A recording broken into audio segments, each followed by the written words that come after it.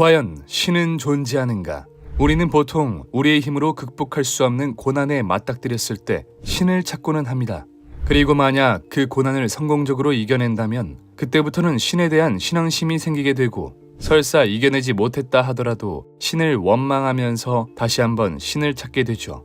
그렇다면 과연 신이란 무엇일까?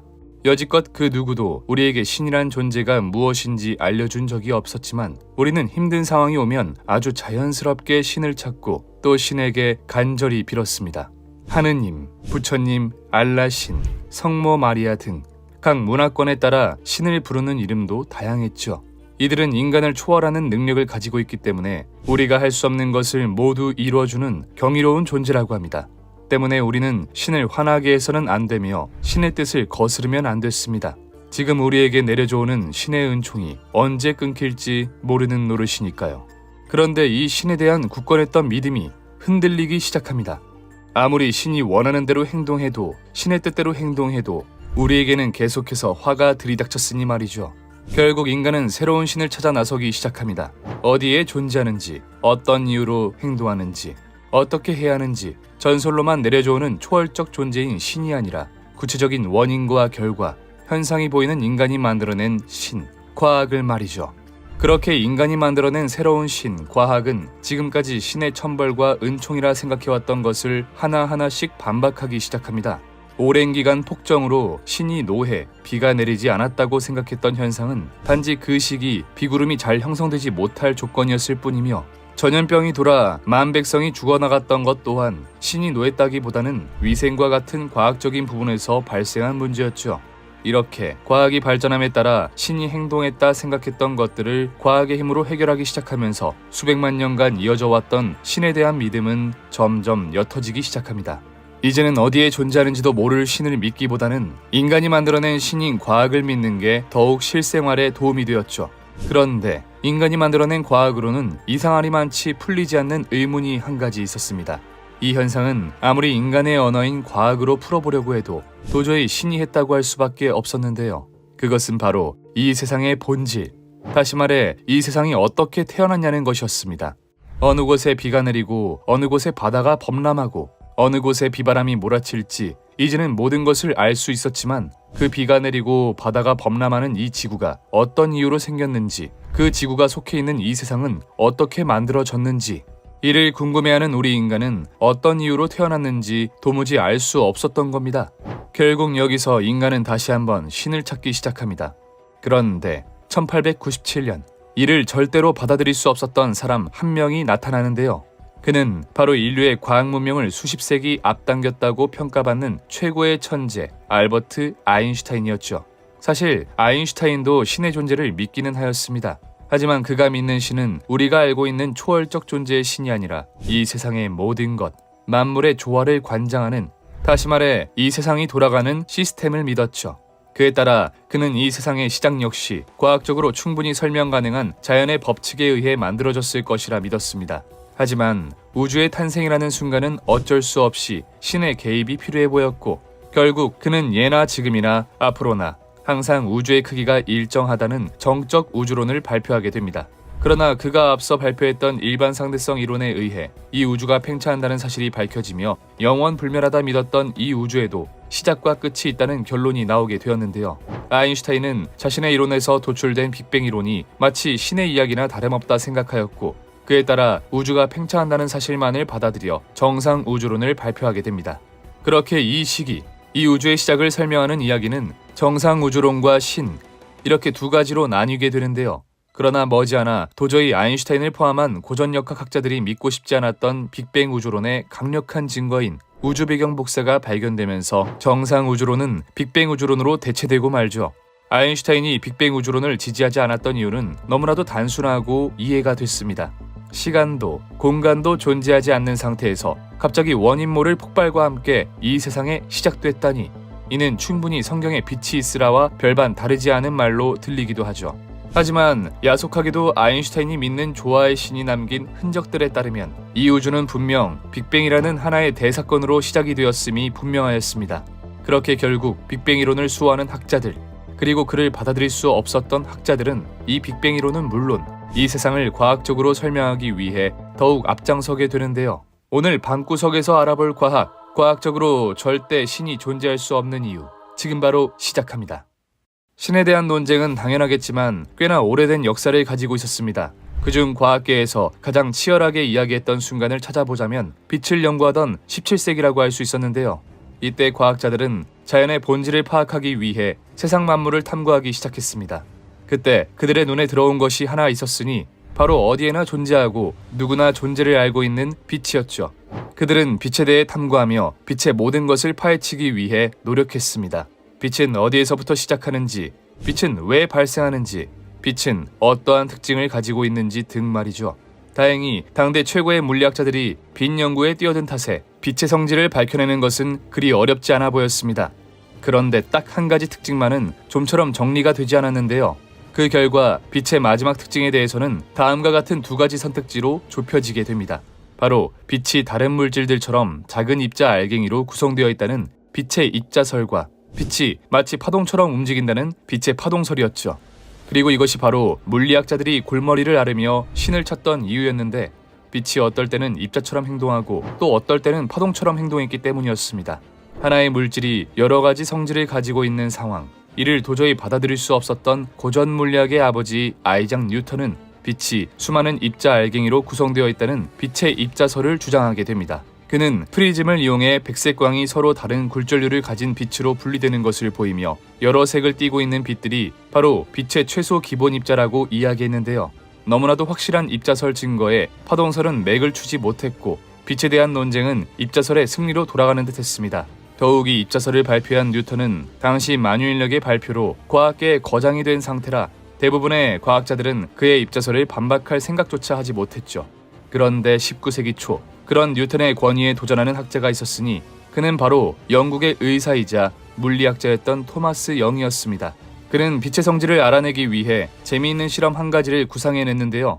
우선 준비된 실험 공간에 아주 좁은 틈이 있는 이중 슬릿을 설치한 뒤 이곳에 빛을 통과시킵니다. 만약 여기서 빛이 뉴턴의 주장대로 입자라면 둘 중 하나의 구멍만을 통과할 것이고, 파동이라면 두 구멍을 모두 통과해 파동의 특징인 간섭무늬를 보이게 될 겁니다. 그리고 실험 결과 놀랍게도 빛은 파동의 특징인 간섭무늬를 보였고, 그렇게 오랜 기간 동안 내려져 왔던 입자설은 단숨에 파동설로 대체되었죠. 그런데 머지않아 20세기 초 끝날 줄 알았던 빛에 대한 논쟁은 다시 한번 불타오르며 결국 종결을 맞이하게 됩니다. 그리고 끝없는 전쟁을 끝낸 위대한 과학자의 이름은 바로 알버트 아인슈타인이었죠. 그는 1905년 특수상대성 이론, 브라운 운동과 더불어 광전 효과라는 논문을 발표합니다. 그가 노벨상을 수상할 수 있었던 논문이기도 한 광전 효과는 빛이 입자이면서 동시에 파동이라는 아주 놀라운 이야기를 하고 있었는데요. 19세기 여전히 빛에 대해 연구하며 빛을 금속판에 쪼였을 때 전자가 튀어나오는 현상을 발견한 과학자들. 이 현상 자체만 놓고 보면 고전 물리학의 패러다임 속에서 그다지 신기할 일은 없었습니다. 해안가 백사장에서 모래바닥에 대고 마치 채찍처럼 밧줄을 휘두르면 모래알이 튀어오르는 것과 별반 다를 바 없었죠. 하지만 여기서 중요한 건 디테일에 있었는데요. 분명 밧줄을 세게 휘두르면 약하게 휘두를 때보다 더욱 많은 모래알이 튀어오를 겁니다. 그런데 금속판에서는 아무리 강한 빛을 쬐어주어도 약한 빛을 쬐어주는 것과 전혀 차이가 없었죠. 여기서 중요한 역할을 하는 것이 바로 파장이었죠. 아무리 강력한 빛을 쬐어도 그 파장이 길면 전자는 하나도 튀어나오지 않는 반면, 아무리 빛의 세기가 약하더라도 파장이 충분히 짧으면 전자가 튀어나오기 시작한 겁니다. 다시 말해 빛은 입자이면서도 파장이라는 성질을 간접적으로 증명해낸 것이었는데요. 이렇게 한 물질이 두 가지 성질을 가질 수 있다는 사실이 처음으로 세상에 알려지기 시작합니다.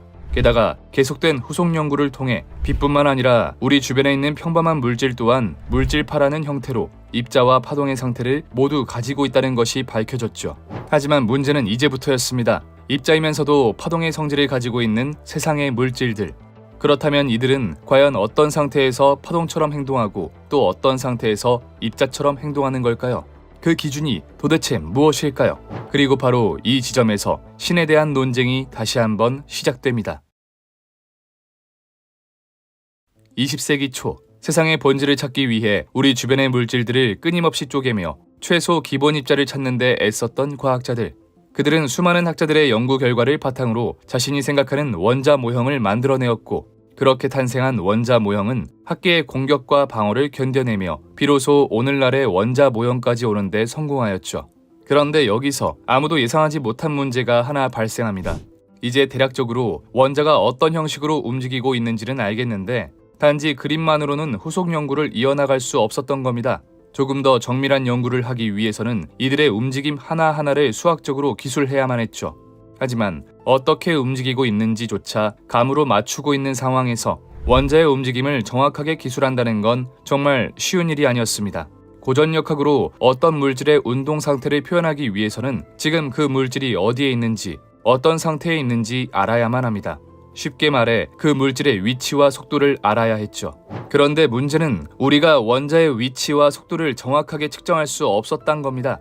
조금 더 자세히 이야기해보자면 원자의 위치와 속도를 동시에 정확히 측정할 수 없는 게 문제였습니다. 보통의 학자들이라면 단순히 실험을 제대로 해내지 못해대는 핑계라고 생각했을 겁니다. 아인슈타인 역시 원자의 위치와 속도를 동시에 측정할 수 없다는 말은 코웃음치며 무시했죠. 그런데 우리는 여기서 관측한다는 행위가 무엇을 의미하는지 생각해볼 필요가 있습니다. 관측이란 우리가 무언가를 확인하는 행위를 이야기합니다. 어디에 있는지, 어떤 속도로 있는지, 무슨 색인지 등등 우리가 물질의 특성을 알기 위해서는 빛을 쪼여주거나 만져보거나 하는 식으로 그 물질에 어느 정도 영향을 주어야 하죠. 다행히 대부분의 물질은 매우 많은 원자들의 집합으로 이루어져 있기 때문에 보통의 태양빛을 쬐어주고 손으로 만져도 물질의 상태는 거의 변하지 않습니다.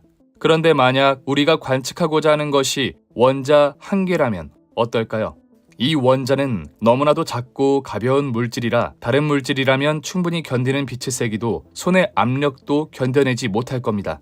때문에 이 원자의 위치를 정확하게 측정하기 위해 강한 빛을 쬐이면 이 강한 빛에서 받은 에너지로 원자가 날아가 버리면서 원자의 속도를 정확히 측정할 수 없게 되어버리고 반대로 약한 빛으로 속도를 정확하게 측정하려고 하면 원자가 미세하게 흔들리기 때문에 정확한 위치를 알 수 없게 되어버리죠.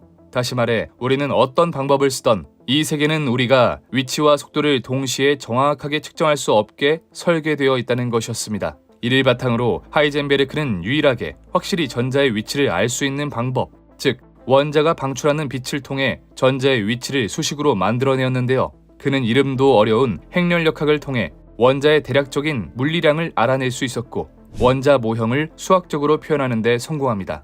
하지만 문제는 행렬역학이라는 수학이 기존 고전 물리학자들에게는 익숙하지 않은 수학이라는 것이었는데요. 결국 하이젠베르크의 행렬역학을 받아들일 수 없었던 슈레딩거는 기존 고전 물리학자들의 언어로 원자 모형을 수식화해내게 되죠. 그렇게 탄생한 것이 바로 오늘날 양자역학에서 가장 중요한 식, 바로 파동방정식이었습니다. 하지만 파동방정식에도 여전히 문제는 있었습니다. 정작 파동방정식이라 불리는 식을 하나 만들어냈으나 이 식이 무엇을 의미하는지 해석이 불가능했던 것이죠. 그런데 사실 파동방정식은 단순히 원자의 모형을 나타내는 것 이상의 의미가 있었습니다. 이 값에 절대값을 씌워주고 제곱을 해주면 중간이 높은 마치 산처럼 생긴 함수가 하나 탄생하게 되는데 이것이 바로 확률에 따라 전자가 존재할 확률, 즉 확률 밀도 함수였던 것이죠. 이 식에 의하면 전자는 확률이 있는 어디에나 존재할 수 있으며 우리가 관측을 하는 순간 특정한 지점에서 확률적으로 전자가 나타난다는 매우 이상하고도 매우 신기한 결과가 나오게 되었죠. 이를 발견한 사람은 바로 오늘날 양자역학의 아버지라 불리는 막스 보른이었습니다. 하지만 고전역학의 거장 아인슈타인은 물론 이러한 결론이 나올 수 있도록 식을 만든 슈레딩거 역시 그의 의견을 받아들일 순 없었습니다. 그리고 여기서 바로 아인슈타인은 그 유명한 명언을 내뱉게 되죠. 양자역학은 확실히 인상적입니다. 하지만 나의 내면의 목소리는 그것이 아직 진짜가 아니라고 말하고 있습니다. 나는 그분이 주사위 놀이를 하고 있지 않다고 확신하고 있습니다. 그렇게 슈레딩거는 이를 비판하기 위해 한 가지 사고 실험을 제안하게 되는데요. 그 실험은 바로 이름도 유명한 슈레딩거의 고양이였죠. 슈레딩거의 고양이는 관측하기 전까지는 모든 것을 확률적으로만 알 수 있다는 양자역학을 비판하기 위해 고안된 실험이었지만 역으로 양자역학의 본질을 제대로 꿰뚫어본 실험으로 알려지며 아이러니하게도 양자역학을 세상에 널리 퍼지게 하였습니다. 이후 계속된 연구 결과 양자역학이라는 학문은 세상에 실존하는 것으로 밝혀졌고 아인슈타인은 남은 인생 동안 양자역학을 반대했던 것과 달리 오늘날 양자역학은 고전 물리학과 함께 우주를 기술하는 학문으로 자리잡고 말았는데요. 거시세계에서는 과학자는 사물의 위치와 속도를 알고 있다면 일정 시간 후 그 사물이 어디에 있을지 정확히 이야기할 수 있었지만 양자역학이 통하는 미시세계에서는 일정 시간 후 그들이 어디에 있을지는 물론 현재 그 사물이 어디에 위치하고 있는지조차 확률적으로밖에 알 수 없다고 이야기하고 있죠. 그리고 이 부분에서 몇몇 학자들은 이것이 바로 신이 존재하지 않는 이유라고 합니다. 왜냐하면 그 전지전능하다는 신조차 이 세상을 이루는 작은 미시세계에서 벌어지는 일들을 단순히 확률적으로만 알 수 있기 때문이었죠. 만약 그가 확률적으로만 세상을 만들고 예측할 수 있다면 그 신은 우리와 다르다고 할 수 있을까요? 그가 우리보다 낫고 초월적인 존재라고 할 수 있을까요? 그에 따라 학자들은 양자역학의 존재 이유 하나만으로 이 세상에는 신이 없다고 주장하고 있습니다. 아인슈타인은 신의 존재를 믿으면서도 동시에 믿지 않았습니다. 조금 더 정확하게 이야기하자면 그는 인간을 천국과 지옥에 가게 하는 인격적 신은 절대로 존재하지 않지만 세상이 돌아가는 원리, 우주가 돌아가는 원리를 관장하는 조화의 신 정도는 존재한다고 보았죠. 때문에 아인슈타인은 이 세상이 단순히 확률적으로만 돌아간다고 하는 양자역학을 쉬이 받아들일 수 없었습니다. 분명 이 세상은 신이 설계한 완벽한 도면대로 흘러가야 하는데 이 도면조차 확률적이라니 도저히 믿을 수 없었죠. 하지만 아인슈타인은 포기하지 않고 이 세상을 설계한 신이 있다는 것을 증명하고 싶었습니다. 그렇게 그는 양자역학 논란으로 하락세를 타던 인생 말기, 그의 남은 인생을 단 한 가지 이론에 집중하게 되는데요. 그것이 바로 오늘날까지 연구가 계속되고 있는 이 우주를 관통할 논문, 통일장 이론이었죠. 그는 이 세상이 하나의 간단한 수식으로 설명될 것이라 믿었습니다. 그에 따라 우주에 존재하는 자연계의 힘 역시 결국엔 하나로 통합될 것이라 생각했죠. 우선 그는 일반 상대성 이론을 통해 뉴턴의 중력을 한층 업그레이드하는 데 성공하였습니다. 이제 남은 건 당시까지 알려진 중력과 전자기력을 통합하는 일만이 남았었죠. 하지만 이 시도는 그로부터 100년이 지난 지금까지도 해답이 보이지 않고 있습니다. 현재 자연계에 존재하는 4대 힘 중 전자기력과 강력, 양력은 통합하는 데 이미 성공하였습니다. 이제 중력과 전자기력만을 통합할 수 있다면 아인슈타인이 그토록 꿈꾸던 통일장 이론을 완성할 수 있었죠. 그러나 중력과 전자기력은 연구를 거듭할수록 공통점을 찾을 수 없었는데요. 중력과 전자기력을 통합한다는 것은 사실 아인슈타인이 그토록 부정했던 양자역학과 고전역학을 합치는 일이었기 때문이죠. 전자기력은 거시세계보다는 미시세계에서 일어나는 일을 주로 다룹니다. 전자와 양성자 간의 인력, 전자와 전자 사이의 청력 등 우리가 실제로 관측할 수 없는 미시세계에서 벌어지는 일을 기술하고 있죠. 반면 중력은 우리의 주변에서 쉽게 발견할 수 있는 물체들의 이야기를 그리고 있습니다. 여기서 문제는 과연 그 경계가 어디냐는 것이었는데요. 분명 양성자 한계는 매우 작고 가볍기 때문에 중력보다는 전자기력에 의해 더욱 큰 영향을 받을 겁니다. 다시 말해 미시세계의 이야기라는 거죠. 양성자 한계가 그러니 두 개도 마찬가지일 거고 세 개도 여전히 미시세계의 이야기일 겁니다. 그렇다면 과연 양성자가 1000개쯤 된다면, 아니 10만 개쯤 된다면 그건 미시세계의 이야기일까요? 아니면 거시세계의 이야기일까요? 쉽게 말해 미시세계와 거시세계를 나누는 기준이 도대체 무엇일까요? 안타깝게도 이는 아인슈타인 이후 지금까지도 밝혀지지 않았으며 두 힘을 통합하지 못하고 있습니다. 때문에 우주의 탄생을 이야기하는 빅뱅에서 아직도 중력과 전자기력을 통합하지 못해 이 우주는 하나의 깔끔한 수식이 아닌 여러 개의 복잡한 매개 변수와 식으로 설명되고 있죠. 아인슈타인이 생각했던 아름다운 수식 하나로 설명되는 그런 우주가 아니었던 겁니다. 약 400만 년 전 갓 태어난 순간부터 21세기에 이른 현재까지 우리 인류에게 그 모습을 드러내지 않으며 영원한 숙제로 남은 신의 존재. 예전에는 신의 행동이라 믿어져 왔던 것들이 과학이 발전함에 따라 자연적으로 일어나는 현상임을 알며 신에 대한 환상은 조금씩 깨지고 있습니다. 더욱이 이 세상의 본질을 알기 위한 연구를 거듭하면 거듭할수록 이 세상을 신이 만들었다고는 믿기 힘들어지고 있는데요. 분명 초월적인 능력을 가진 신이라면 이 세상을 이렇게 어렵게 설계하지 않았을 텐데 그토록 완벽하다는 신이 만든 세계치고는 너무나도 복잡하고 너무나도 어렵죠. 때문에 과학자들은 이 세상에는 신이 없다고 이야기합니다. 그럼에도 불구하고 아직도 신을 믿는 사람들은 충분히 많이 존재하고 있는데요. 과연 이 세상에는 신이 존재할까요? 지금까지 방구석 과학이었습니다.